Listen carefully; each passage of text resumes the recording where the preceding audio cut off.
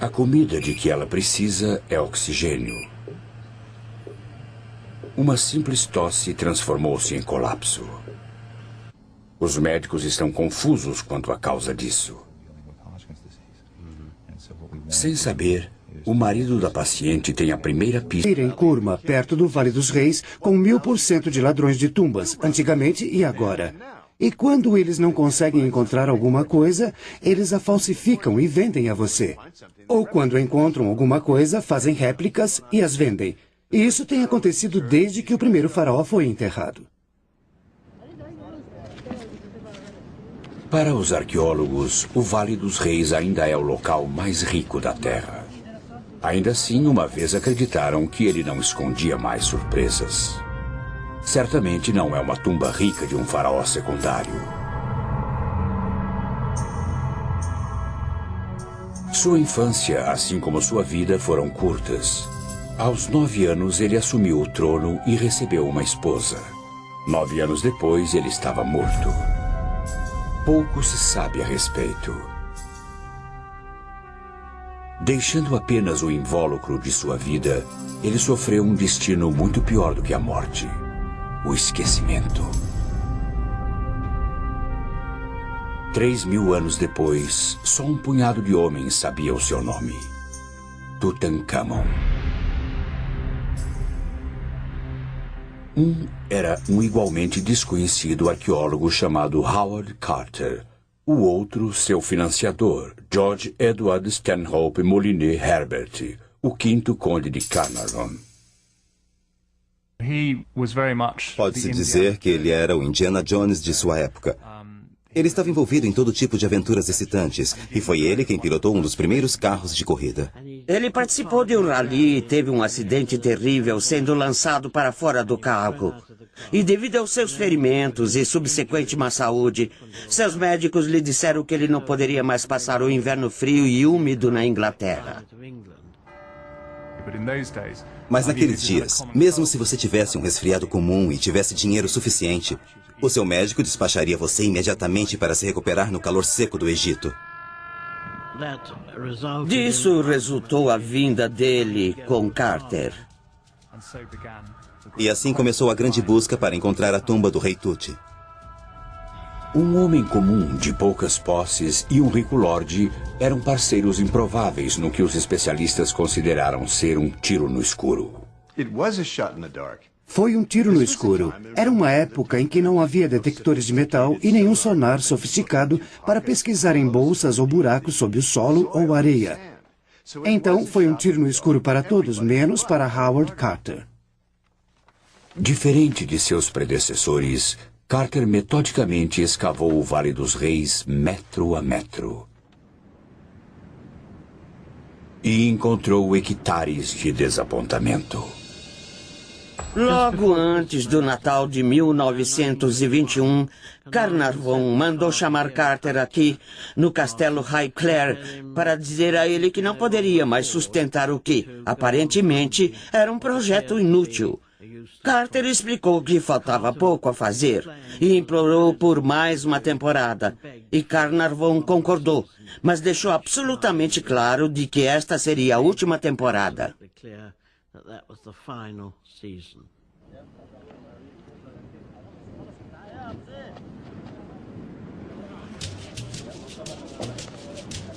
No terceiro dia, os trabalhadores descobriram degraus de pedra que levavam a uma entrada escondida carimbada com um selo antigo. Era a marca da realeza. Após 5 anos de más notícias, Carter enviou ao seu sócio um raio de esperança.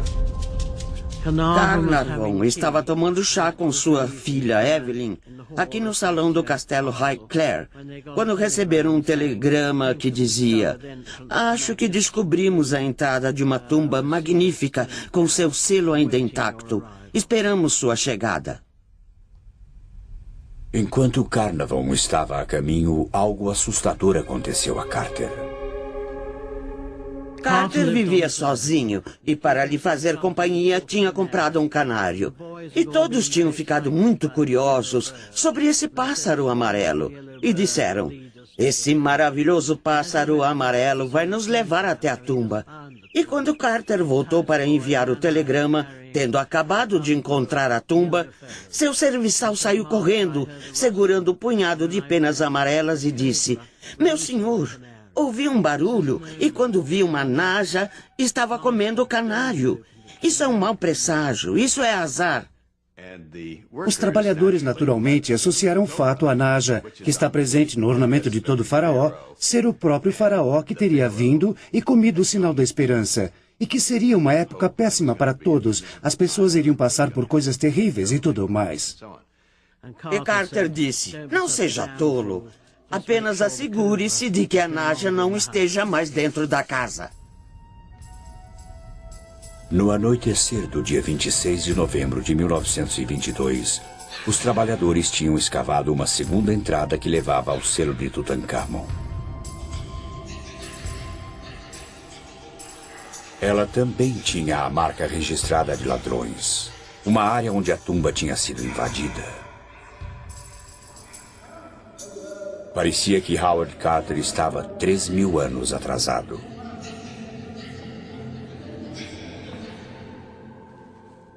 Sozinhos na passagem estavam Lord Carnarvon, sua filha Lady Evelyn Herbert, o assistente de Carter e o próprio Carter. Diante dele, a descoberta de sua vida, ou uma tumba para os seus sonhos. Carter prescrutou na escuridão do outro lado.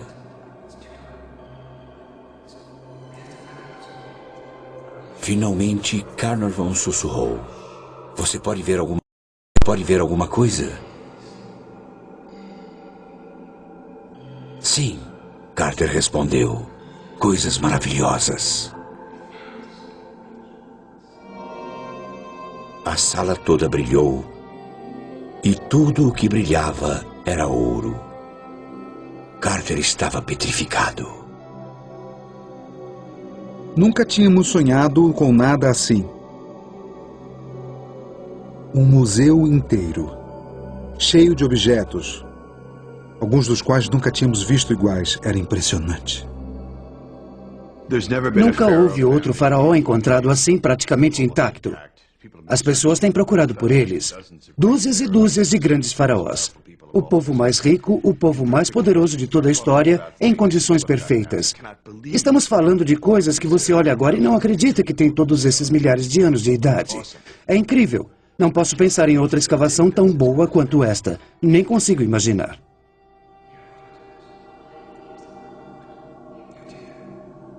Carter mais tarde disse que todos deram uma olhada e depois saíram. Mas as evidências dizem que eles fizeram mais do que só olhar.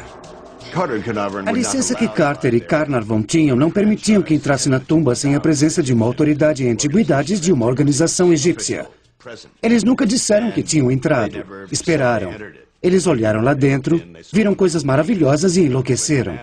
E selaram o buraco e esperaram 3 dias para o homem do Cairo chegar e ir com eles. O que você teria feito após 10 anos de enormes dificuldades?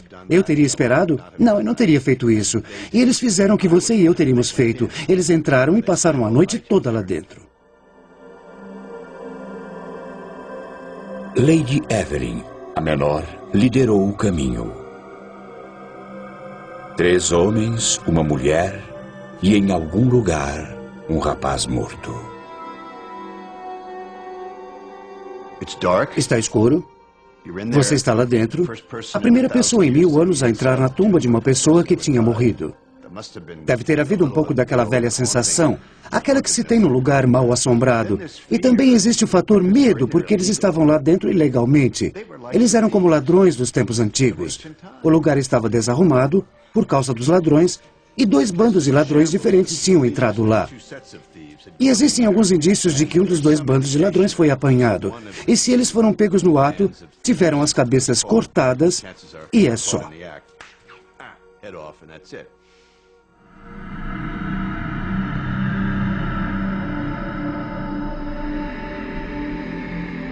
Os descobridores começaram a contar as suas bênçãos. Eles acabariam somando 5.000. A tumba de Tutankhamon foi a maior descoberta da história. Da noite para o dia, Carnarvon, Carter e Tut tornaram-se celebridades.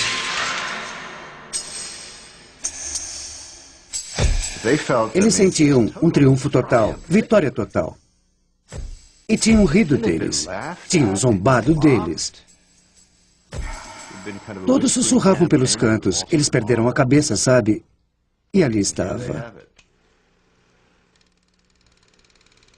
A tumba de Tutankhamon também entrou para a história como a primeira escavação preservada nas moderníssimas películas cinematográficas. Este pedaço de celuloide preservou os descobridores. Carter, como foi filmado por Carnarvon. Howard Carter era um astro. Acho que a recompensa pessoal para os arqueólogos, que todos podem ver, é a fama. Após uma grande descoberta, é claro, o público, os jornais, a mídia, a TV, todos irão correr atrás de você. No início, os arqueólogos gostam disso. Mas no final, a fama não é divertida. Acho que a fama é uma maldição. Inebriados pelo sucesso, os descobridores cometeram um erro profético. A tumba de Tutankhamon iria se tornar uma das maiores histórias da história. Mas, para compensar suas despesas, Lord Carnarvon vendeu os direitos exclusivos para um jornal. O jornal foi o London Times. Esse era o jornal dos cavalheiros, era o jornal da nobreza. Ele assinou um acordo com eles, o que lhe causou um infindável pesar.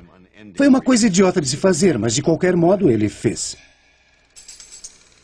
Carter viveria para lamentar o erro. Carnarvon, não.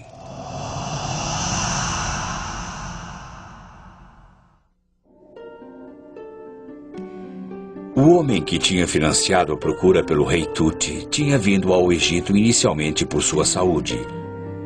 Essa decisão provaria ser fatal. Numa manhã da primavera de 1923, Lord Carnarvon se cortou exatamente onde um mosquito o tinha picado dias antes. O ferimento não sarava.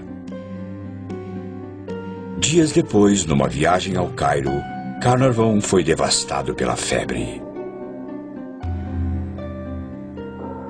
Lamento lhe dizer que Carnarvon está gravemente enfermo.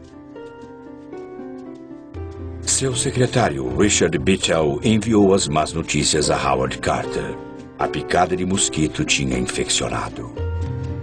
Aquela picada envenenada se espalhou por seu corpo e seu sangue está envenenado.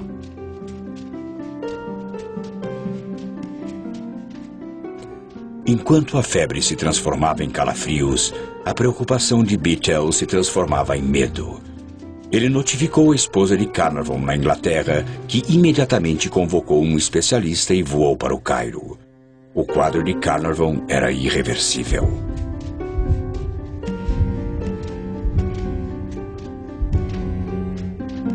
No momento que ele morreu, todas as luzes do Cairo se apagaram. E naquela época, todos os serviços públicos no Cairo eram administrados pelo exército britânico e não havia meio deles religarem a energia, nem puderam encontrar nenhum motivo para as luzes terem acabado. E 20 minutos depois, a energia foi restaurada.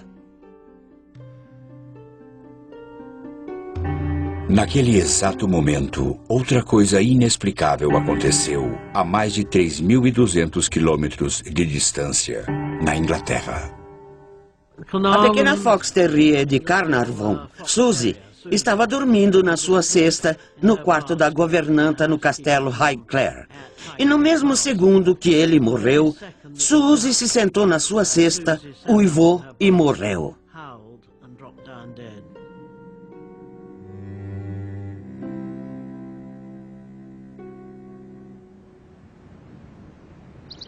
Lady Evelyn enterrou seu pai num morro que dá vista para seu amado Highclere. Ela também pôs sua aventura egípcia para descansar.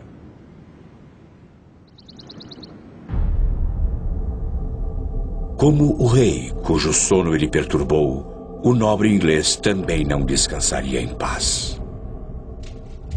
O corpo de Carnarvon ainda não tinha esfriado quando a imprensa mundial deu o nome do culpado. Inscrita na tumba, escreveu um repórter, estava uma maldição que alertava: matarei todos aqueles que cruzarem esta entrada. Um outro jornal relatou uma maldição lugubremente exata: aqueles que penetrarem nesta tumba sagrada logo serão visitados pelas asas da morte. Para Carnarvon, a morte realmente veio voando.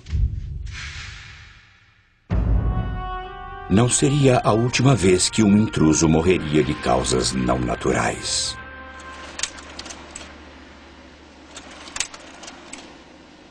Seria a nossa lua de mel, porque não tivemos uma quando nos casamos. Entre os visitantes da tumba de Tut em 1995 estavam Gary Manson e sua esposa Cheryl. Para Cheryl, uma estudante de História da Arte, era a viagem de uma vida. Todos que conhecíamos sabiam que íamos para lá. Quando falava com alguém, a primeira coisa que dizia é que ia viajar até lá. As paisagens a impressionavam tanto que apenas vê-las não era o bastante. Estávamos descendo até as tumbas e olhando para as pinturas azuis escuras e vermelhas. Ela se inclinou para frente e estava olhando uma pintura muito de perto. Ergueu a mão até a pintura e aí tocou-a. Esfregou o dedo na tinta e o guia viu e gritou com ela. Ela se virou e disse: "O meu professor nos disse que se chegássemos até aqui, deveríamos tocar a pintura, não importa o que digam, porque nunca haverá uma segunda chance." Quando os Manson voltaram à Pensilvânia, os problemas de Cheryl começaram. 3 semanas após termos voltado, ela começou a ter uma leve tosse, que foi piorando até que ela finalmente estava tossindo a maior parte do tempo. Quando Gary pediu que Cheryl fosse ao médico, ela recusou.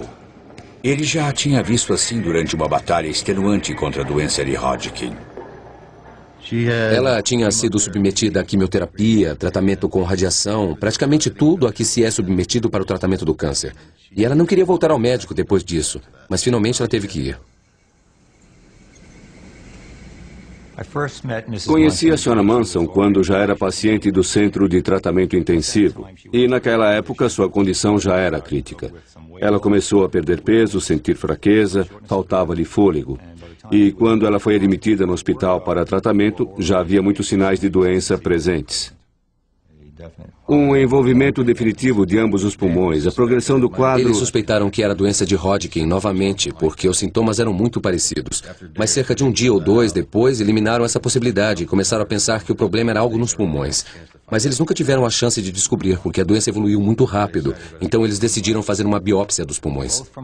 A partir da secreção de seus pulmões, assim como dos próprios pulmões, pudemos identificar um fungo, o Aspergillus niger. E, muito provavelmente, foi esse o evento que precipitou a sua doença. Esporos microscópicos do fungo são facilmente inaláveis. Corpos saudáveis resistem a eles, mas o sistema imunológico de Cheryl estava debilitado devido à sua batalha contra a doença de Hodgkin. Os esporos invadiram uma célula indefesa após a outra, causando destruição em seu caminho. Cheryl Manson estava faminta de oxigênio.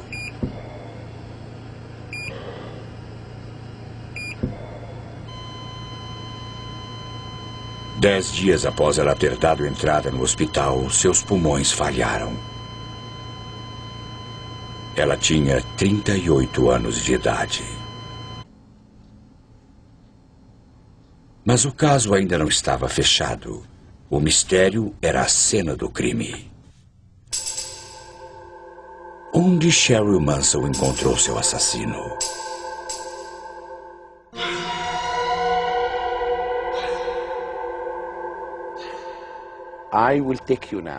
Vou levá-los agora para visitar uma tumba que continha a primeira maldição do mundo.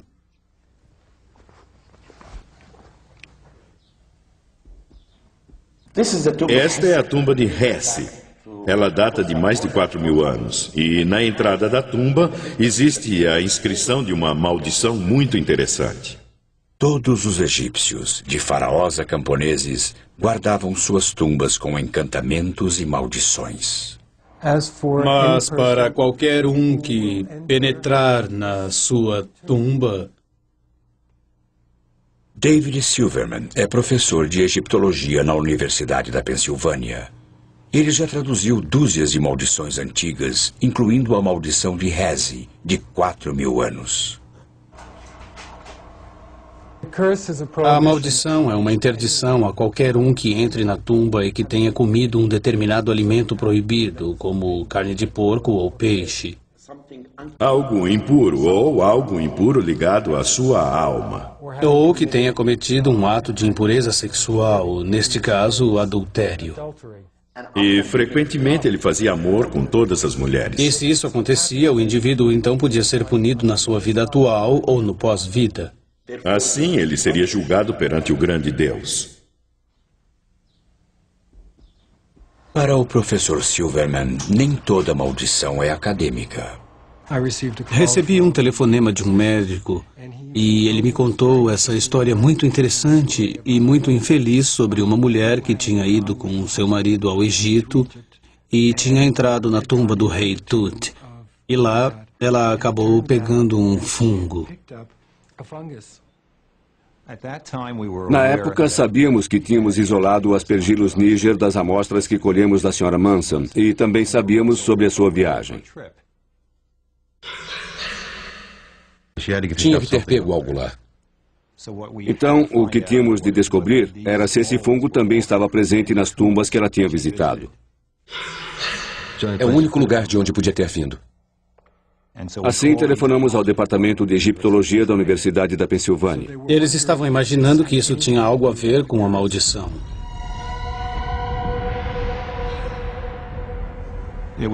Era muito importante para nós sabermos também se isto já havia sido descrito antes.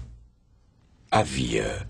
Em 1923, 2 homens tiveram morte súbita após visitarem a tumba de Tut. O que os médicos chamaram de febre foi anunciado como a maldição de Tutankhamon. Mais 2 mortes súbitas se seguiram. Peck Callender, que ajudou Carter a entrar na tumba, e Arthur Macy, que ajudou a retirar o seu conteúdo. O verdadeiro assassino espreita nas próprias paredes da tumba. Para Howard Carter, parecia tinta descascada, até que ele olhou de perto. As paredes estão cobertas de um afloramento de fungos marrons, os germes originais que provavelmente foram introduzidos pelo gesso ou pela tinta. E os fungos se alimentaram da umidade do gesso após a câmara ter sido lacrada.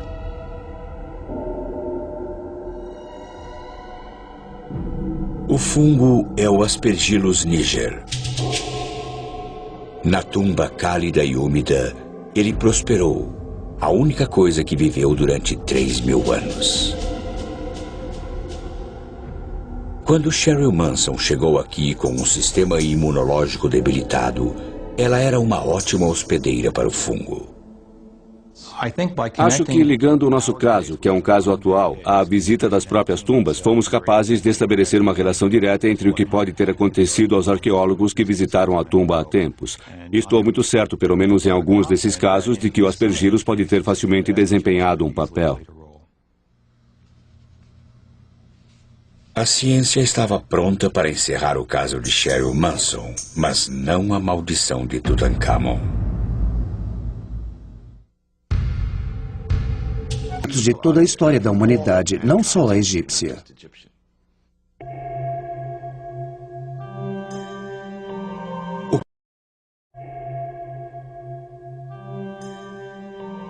O corpo de Tutankhamon encontrava-se sob 13 camadas de linho. Enquanto Howard Carter as retirava, ele descobriu os preciosos amuletos escondidos no corpo para afastar o mal. Com o passar dos séculos, as resinas e óleos usados para mumificar o corpo tinham se transformado em cola. Para recuperar os amuletos, Carter realizou uma operação radical. Ele cortou o corpo.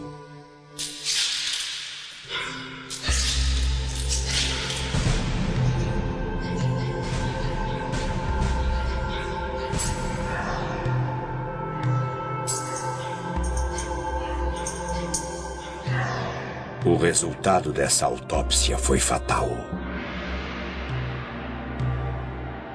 Em 14 dias, 2 participantes do grupo morreram. Até 1927, 6 homens tinham morrido devido a uma única causa aparente: a maldição da múmia.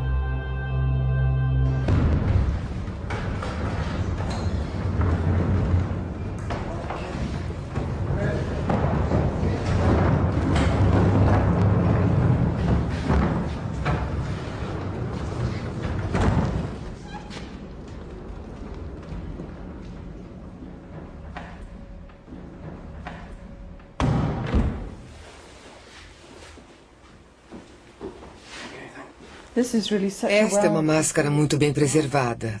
Aqui se pode ver os fios de cobre em volta dos olhos de pedras preciosas. A doutora Rosalie David é a rainha das múmias. Como curadora de egiptologia para o Museu Universitário de Manchester, na Inglaterra, ela já realizou autópsias em 35 múmias, mais do que qualquer um. Ela também foi pioneira no método de fazê-lo sem destruir as múmias. Temos aqui a múmia de uma senhora de idade. Usando raios-x e endoscópios, penetramos por orifícios já existentes e colhemos amostras de tecidos que podemos usar para identificação para o DNA. Também esperamos que, no futuro, possamos detectar DNA viral e bacteriano nas múmias. Então, essa metodologia é muito melhor. O endoscópio permite que a doutora David examine o corpo sem ter de desembrulhá-lo, em completa segurança. Trabalhar com uma múmia pode ser um risco, tanto para o operador como para a múmia, porque o operador pode inalar os esporos do pó da múmia. E, por outro lado, o operador pode depositar bactérias e umidade na superfície da múmia, causando assim a sua decomposição.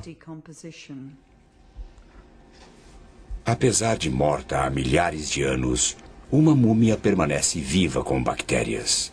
Algumas inofensivas, outras letais.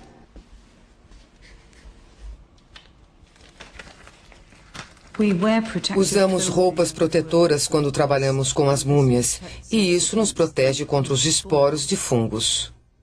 Rosalie David conhece a verdadeira sorte daqueles que perturbaram os ossos de Tutankhamon. Sua tosca autópsia liberou um assassino invisível. Antigamente, os operadores não usavam nenhuma roupa protetora. Eles simplesmente usavam roupas do dia a dia, então podia haver um intercâmbio de danos entre o operador e a múmia. O pó de uma múmia. Esse era o perigo na tumba de Tutankhamon. Ainda assim, 70 anos atrás, o mundo continuou tomado por um feitiço que alertava sobre a morte alada. A primeira vítima da maldição de Tutankhamon, o abastado Lord Carnarvon, deixou para seus herdeiros uma herança de nervosismo. Após a morte do meu bisavô, obviamente, meu avô herdou Highclere. E o meu avô estava muito preocupado com a maldição do rei Tutankhamon e não permitia que seu nome fosse dito no castelo.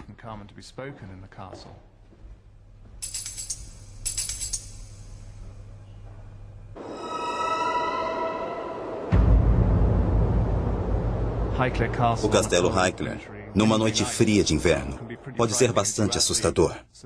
E se somar a isso a alegada maldição de um faraó, você pode ficar bastante assustado. Muito depois do meu avô ter morrido, tivemos que fazer um inventário do castelo. E é claro, sendo um lugar tão grande, isso levou bastante tempo e finalmente foi terminado. Estávamos reunidos aqui, em família, com Robert Taylor, o mordomo do meu avô, que era um dos grandes mordomos britânicos. E meu pai virou-se para Robert Taylor e disse: "Bem, graças a Deus tudo acabou, Robert." E Robert Taylor virou-se para o meu pai e disse: "Bem, senhor, tudo menos aquelas coisas egípcias." Como você pode imaginar, todos nós ficamos absolutamente surpresos com esse comentário e dissemos: "Bem, que coisas egípcias são essas?"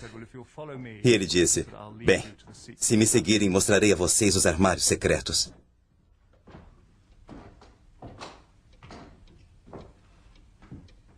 O governo egípcio era meticuloso e sabia a localização de todos os objetos encontrados na tumba de Tutancâmon.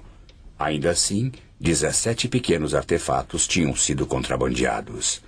Carter e Carnarvon acharam o fascínio do tesouro irresistível. Poucos no lugar deles não achariam.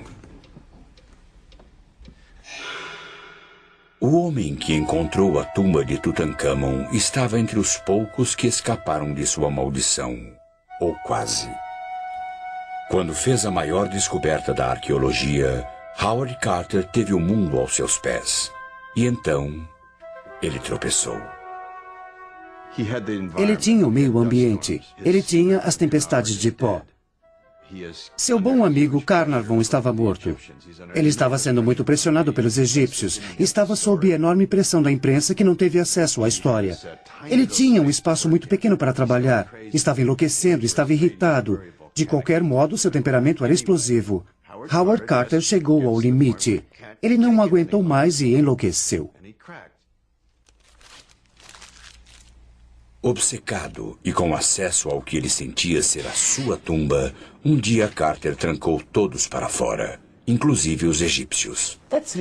Isso foi um grande erro. Como estrangeiro trabalhando num país, ele tinha de saber que era convidado. E se você é convidado, precisa respeitar as pessoas com quem está trabalhando. E quando ele fez essa insanidade de instalar esse enorme portão de ferro e trancá-lo, foi como se a Inglaterra estivesse tomando algo que pertencia ao povo egípcio, o que era verdade. E eles se enfureceram e o puseram para fora.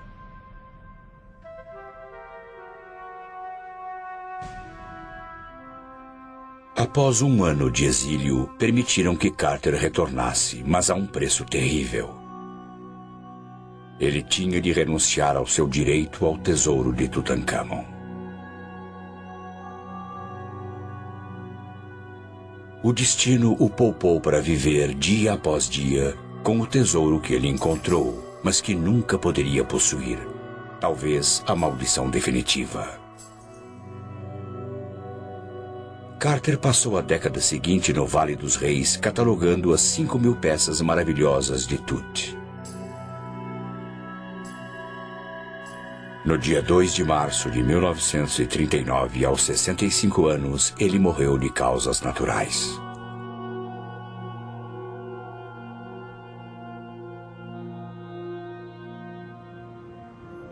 Como a tumba de Tutancâmon, o túmulo de Carter é guardado por asas.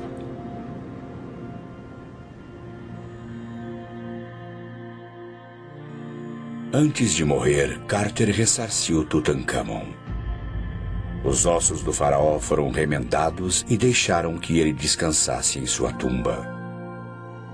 Mas ele não descansaria. Numa reação em cadeia de tragédias, sua maldição fez mais 5 vítimas. Primeiro, Lady Carnarvon morreu subitamente, vítima de uma picada de inseto, como seu marido. Então, Richard Bichel, o secretário de Lord Carnarvon, morreu misteriosamente enquanto dormia. 3 meses depois, o pai de Bichel, Lord Westbury, lançou-se para a morte do 7º andar de um edifício. Ele deixou um bilhete culpando a maldição do rei Tut pela morte de seu filho. A caminho do cemitério, o carro fúnebre de Lord Westbury atingiu um garoto de 8 anos. No exato momento da morte do garoto, morreu também um funcionário do Museu Britânico, cujo campo era a egiptologia. Durante 3 décadas, a maldição ficou adormecida, até a última vez que o sono de Tutancâmon foi perturbado. O diretor de antiguidades do Egito sonhou que morreria se os tesouros deixassem o país. 3 meses depois, num acidente de carro, ele foi a 25ª vítima da maldição de Tut. No mesmo dia em que a máscara de Tut foi preparada para ser levada a Londres, uma autoridade egípcia que zombou da maldição morreu de ataque cardíaco. Entre os excursionistas, quando o tesouro chegou a Londres, estava Lady Evelyn Herbert, a primeira pessoa a entrar na tumba de Tut. Minha mãe nunca tinha visto o sarcófago principal, porque não tinha chegado àquela câmara em especial antes do pai dela morrer. Na época da exposição londrina, as TVs e rádios telefonavam para minha mãe e diziam: "Fale-nos sobre a maldição." E ela ria e dizia: "Bom, eu estou viva e bem aos 70 anos e não acredito nela."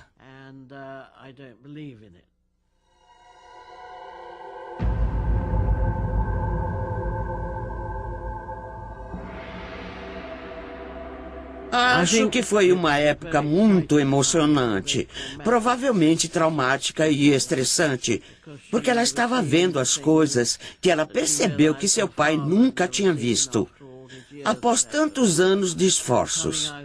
E saindo do museu, provavelmente na sua 5ª visita, ela sofreu um grande derrame e ficou paralisada.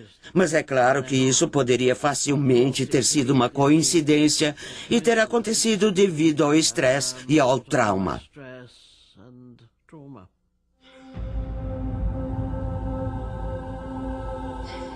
A coincidência conseguiu explicar a morte da maioria das vítimas da maldição de Tut. Para explicar as outras, a ciência voltou para dar uma olhada mais de perto. Nenhuma das inscrições da tumba podem ser consideradas uma maldição. Então, o que consideraríamos, ou como egiptólogo, o que eu consideraria uma maldição, não ocorre na tumba do rei Tut. A chamada maldição foi inadvertidamente espalhada por sua primeira vítima. Quando Lord Carnarvon vendeu os direitos exclusivos da tumba de Tut ao London Times, os jornais rivais ficaram ultrajados. Quando Carnarvon morreu, eles se vingaram, publicando sobre os rumores de uma maldição. Até mesmo as ocorrências bizarras quando da morte de Carnarvon podem ser explicadas. Todas as luzes do Cairo se apagaram quando Carnarvon morreu. A energia elétrica sempre acabava no Cairo. E a história decolou. Era o mesmo que acontece hoje, uma ultrajante série de meias-verdades. E algumas verdades e algumas mentiras, algumas inventadas. Foi incrível, foi uma coisa muito forte e ainda é. Quando a tumba de Tutankhamon foi visitada pela realista neta de Carnarvon, até ela pensou 2 vezes. Após o meu derrame, me informaram que eu tinha um coração fraco. Eu vi todos aqueles degraus e aquele declive. Até mesmo pessoas jovens subiam os degraus, ofegando. Então achei que a descrição era a melhor coisa e que eu não queria outra manchete. O rei Tut mata novamente.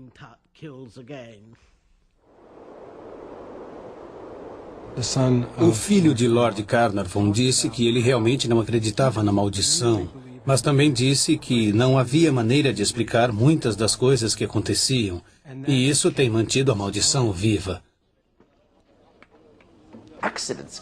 Acidentes podem acontecer, como me aconteceram muitas vezes. Há muito tempo eu estava escavando num sítio no Delta. No primeiro ano e no mesmo dia que puseram os artefatos no museu, alguém me chamou no museu e disse: "O seu tio morreu." No ano seguinte, no mesmo dia, disseram: "A sua tia morreu." E no terceiro ano, o meu primo morreu. Qualquer um que ouvir isso pensará na maldição. E até mesmo quando eu descobri uma tumba selada, linda, repleta de estátuas. As estátuas são incríveis, incríveis, e eu fui o primeiro a vê-las. No dia seguinte, ocorreu um terremoto no Cairo. No terceiro dia, eu tive um ataque cardíaco.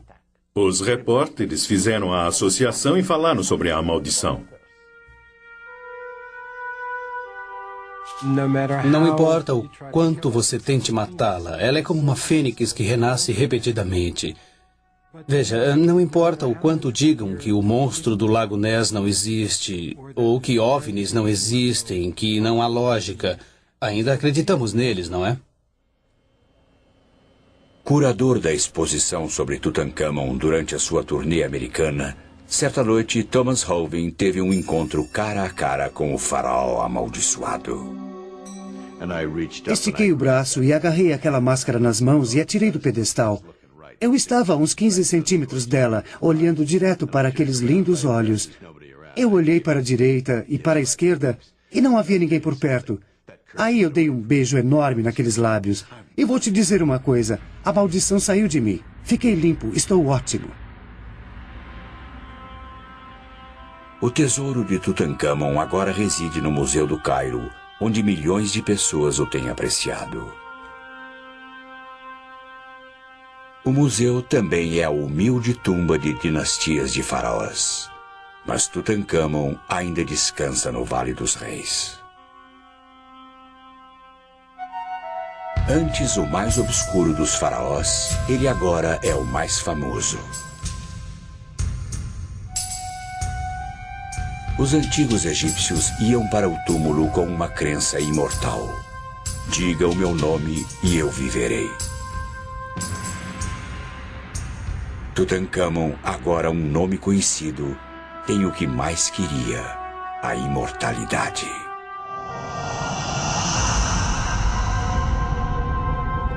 Ele deve a imortalidade aos mesmos homens que perturbaram a sua tumba. Eles também deixaram para Tutankhamon o tipo de proteção que outros faraós matariam para ter. Uma maldição que faria até os mais céticos prudentes.